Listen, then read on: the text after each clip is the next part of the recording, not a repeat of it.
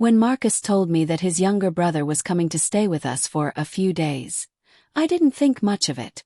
Marcus had always been close to his family, and Brian, his younger brother by 5 years, had just gone through a tough breakup and a job loss. He needed a place to land even temporarily, and of course I agreed. We were family. Brian arrived on a rainy Thursday evening. The clouds hung low, the streets slick and shimmering under the streetlights. He stood at our front door with a single duffel bag slung over his shoulder and a forced smile on his face. The moment I opened the door, I could feel the weight he carried, not just in his bag but on his shoulders, in his eyes.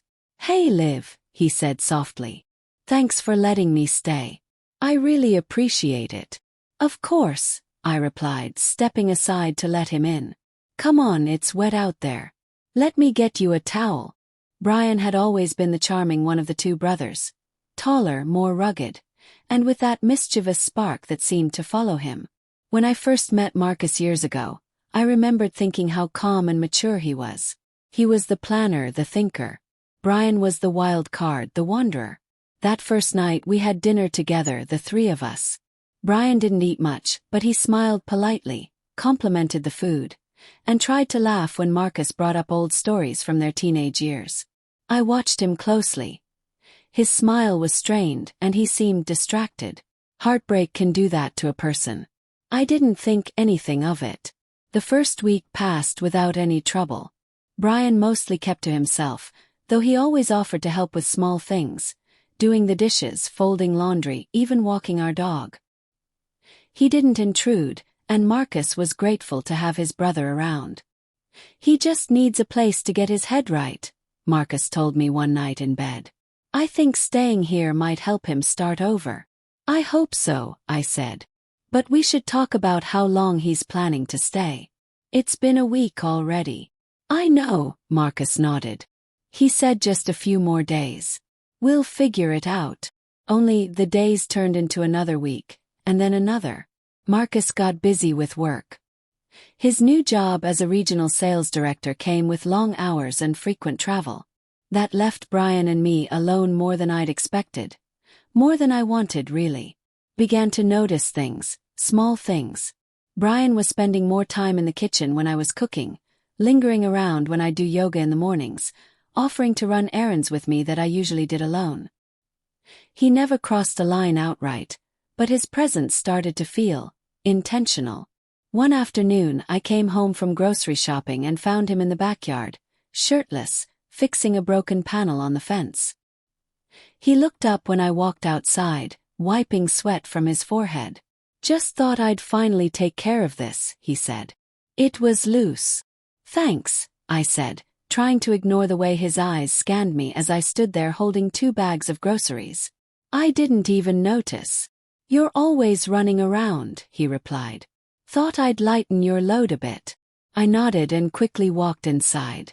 But the image of him, toned, confident, shirtless, lingered in my mind longer than I'd like to admit. Then came the night everything started to shift. Marcus was away on a 3-day trip to Atlanta. I was used to his trips by now. I had a routine: work, dinner, maybe a movie before bed. That night, Brian knocked on the living room door just as I was getting ready to watch something on Netflix. "Mind if I join you?" he asked. I hesitated. "Sure." Movie night. We sat on opposite ends of the couch. I picked a light comedy to avoid any awkward tension. But halfway through, the jokes weren't landing. The silence between us grew thick.